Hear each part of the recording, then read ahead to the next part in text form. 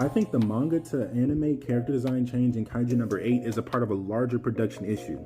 Let's talk about it. I think the changes represent a much larger issue with how the directors and production agencies have seen this title.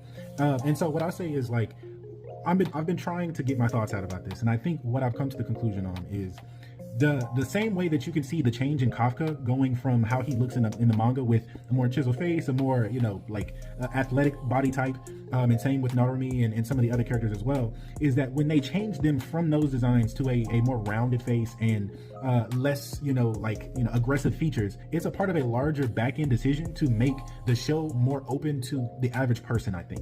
And so you'll see with Kafka, he's meant to more closely align with the sort of goofball side of him and not so much the serious side of him. And I think that's more so to sell it to children, to sell it to people who want to get into the show and for a more generic feel.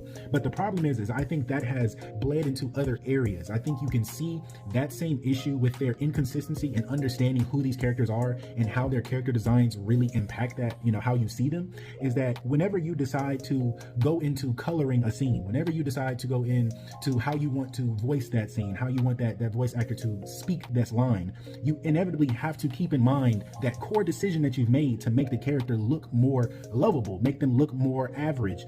And I think that goes into the larger artistic decision making that the production committee or whomever decides this sort of stuff has decided for the show, and then thus everything else has to fall in line with that. So then that means that some of the decision making for the coloring, for the transitions, for the art style, for the fight scenes, etc., some of that has to be more toned down because you've decided to do that from the very beginning with the characters. And so it's this sort of like lack of understanding of how to truly mesh the comedy with the action, and so you just sort of want to make it sort of lighthearted all around. And so that's when you get scenes in like season number 2 who like it starts and ends with absolutely nothing. It starts with a fart and ends with a fart. Like, it just has absolutely nothing there for you. And that's what I think is the problem, is when you don't want to commit to the art style given to you and then just transform what you have, it reflects a lack of truly understanding or a lack of really meshing well with that product. You think it's too edgy in some way, shape, or form.